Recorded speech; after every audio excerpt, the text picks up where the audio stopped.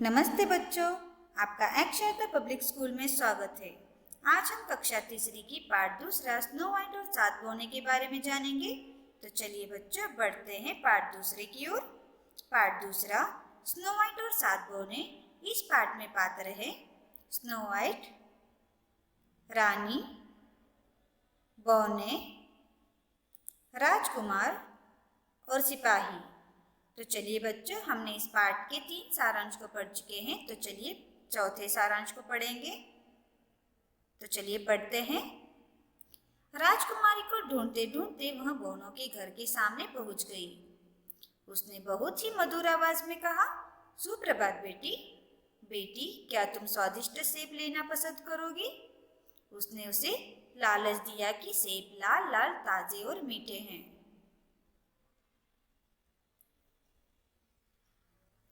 पहले तो राजकुमारी ने दरवाजा खोलने से मना कर दिया। रानी ने कहा, बेटी, क्या तुम सेब खरीदकर बूढ़ी स्त्री की मदद नहीं करोगी? यह सुन राजकुमारी ने दरवाजा खोला और सेब खरीद लिए। लाल लाल सेब देख उसके मुंह में पानी आ गया। जैसे ही उसने सेब खाया, बेहोश होकर गिर पड़ी। रानी खुश हो गई और वहां से चल पड़ी। तो चलिए बच्चों, इस सारांश को आप अच्छे से पढ़िए। तो चलिए बढ़ते हैं गतिविधि पहली की ओर। गतिविधि पहली, नीचे दिए गए प्रश्नों के उत्तर बोलकर अपनी कॉपी में लिखिए।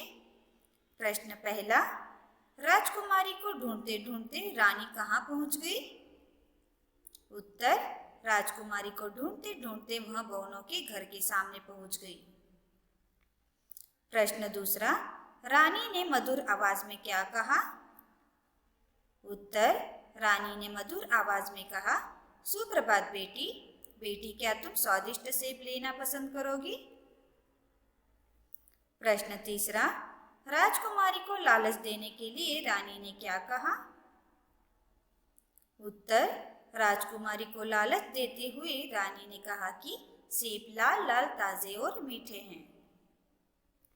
प्रश्न चौथा, राजकुमारी ने दरवाजा खोलने से मना करने पर रानी ने क्या कहा?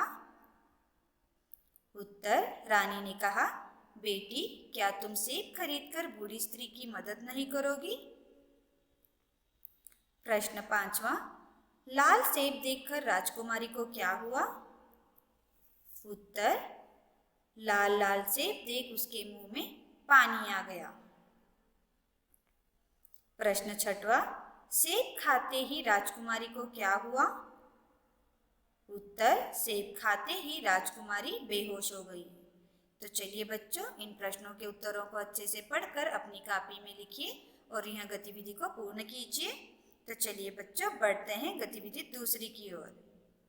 गतिविधि दूसरी, नीचे दिए गए शब्दों का वर्ण विच्छेद करके लिखिए। तो पहला शब्द है राजकुमारी। तो चलिए इस शब्द का वर्ण विच्छेद करते हैं।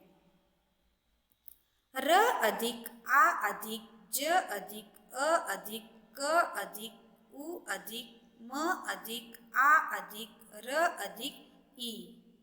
तो इसी तरह से बच्चों आप भी दिए गए शब्दों का वर्ण विच्छेद करके लिखकर यह गतिविधि को पूर्ण कीजिए। तो चलिए बच्चों बढ़ते हैं गतिविधि तीसरी की ओर। गतिविधि तीसरी, नीचे दिए गए अशुद्ध शब्दों को शुद्ध करके लिखिए।